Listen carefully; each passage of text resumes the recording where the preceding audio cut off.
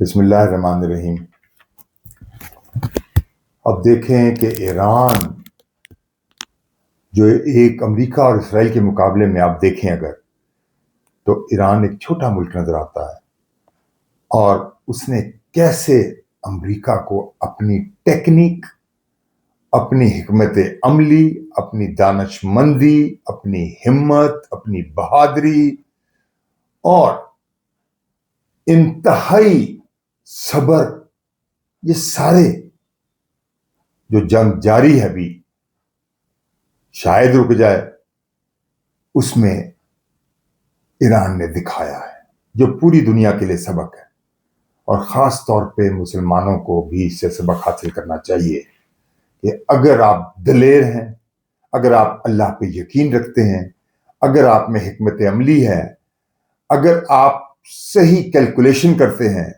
اور اگر آپ سرپرائز دے سکتے ہیں، اور آپ سمجھداری سے، جیسے چیس میں ایک ایک چیز بہت سمجھداری سے اٹھا کے رکھی جاتی ہے، اس طرح چیس کی طرح اس جنگ کو اگر آپ لڑنا جانتے ہیں تو آپ بڑی سے بڑی طاقت کو جھکا سکتے ہیں۔ یہ سبق بہت بڑا ہے، اور ایران ثابت کر رہا ہے کہ وہ اس وقت اس خطے کی سب سے پاورفل ملک بنتا جا رہا ہے، اور جو اب نتائج نکل رہے ہیں، جس طرح ٹرمپ کی چیخیں نکل رہی ہیں، جس طرح اسرائیل کی چیخیں نکل رہی ہیں، تو لگتا یہ ہے کہ ان کو ایسی مار پڑی ہے کہ جس کا خواب و خیال میں نہیں تھا ان کو، اور بالکل وہ یعنی سمجھ لو کہ وہ پیری پڑ رہے ہیں ایران کے، اور ایران کہہ رہا ہے کہ جب تک میری شرائط نہیں مانی جائے گی، نہ اسٹریٹ آف ہرمز سب کے لیے کھلے گا، جس کو میں چاہوں گا ظاہر ہے اس کے لیے کھلے گا، اور اس کے علاوہ ظاہر ہے جس کو میرے تابع نہیں، جو مجھے پسند نہیں کرتے، جو میرے سے جنگ کر رہے ہیں، ان کے لیے تو کبھی نہیں کھلے گا۔ اور اس نے ایک اور مورا اپنا تیار رکھا ہوا ہے جو یمن کی صورت میں ہے، کہ ابھی ایران نے اس کو اشارہ نہیں کیا، اور جب باب مندب بھی بند اگر ہو گیا تو سوچیں کہ پٹرول کہاں سے کہاں جائے گا، مارکیٹیں دنیا کی کیسے تباہ ہوں گی، ٹھیک ہے، پوری دنیا کی،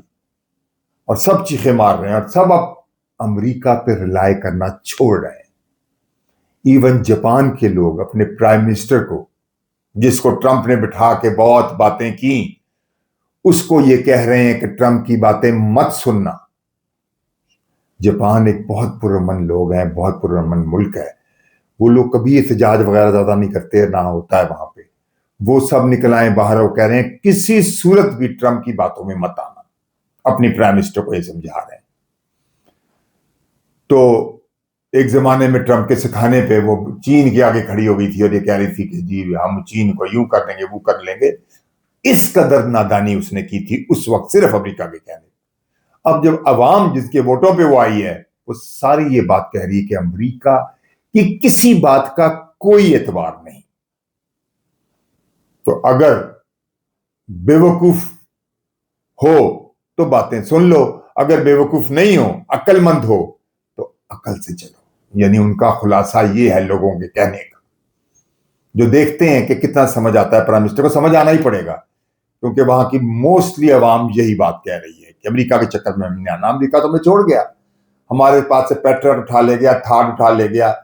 تو ہمارا دفاع کیا ہوگا؟ اگر کوئی ہم پہ حملہ کر دیتا ہے تو ہم تو فارغ ہو جائیں گے بالکل۔ اور پھر 90% تیل لیتا ہے پورا یہیں سے، جہاں سے گزرتا ہے یہ ہرمز اسٹریٹ سے، اربوں سے، جاپان۔ تو سوچیں جاپان میں کتنی تباہی ہوگی جب یہ اس وقت 100 سے اوپر چلا گیا، اور پتہ نہیں اور اوپر کتنا جائے گا۔ تو وہ اس لیے جاپان والے، اور ٹرمپ وہ اپنی ہوشیاری دکھا رہا ہے کہ ان کی پرائم منسٹر کے ساتھ ایسی باتیں کر رہا ہے، لیکن لوگ یہ کہہ رہے ہیں کہ مت آنا اس کی چالوں میں۔ انسان ہمیشہ عقل مند کی بات سنے، بے وقوف کی بات سننا اپنے لیے تباہی لانے کے مترادف ہے۔ اب دیکھتے ہیں کہ وہ میڈم کو کیا بات سمجھ آتی ہے اور کیا نہیں آتی، اور یہ تو وقت ہی بتائے گا، لیکن بہرحال ایران اپنے آپ کو ثابت کر رہا ہے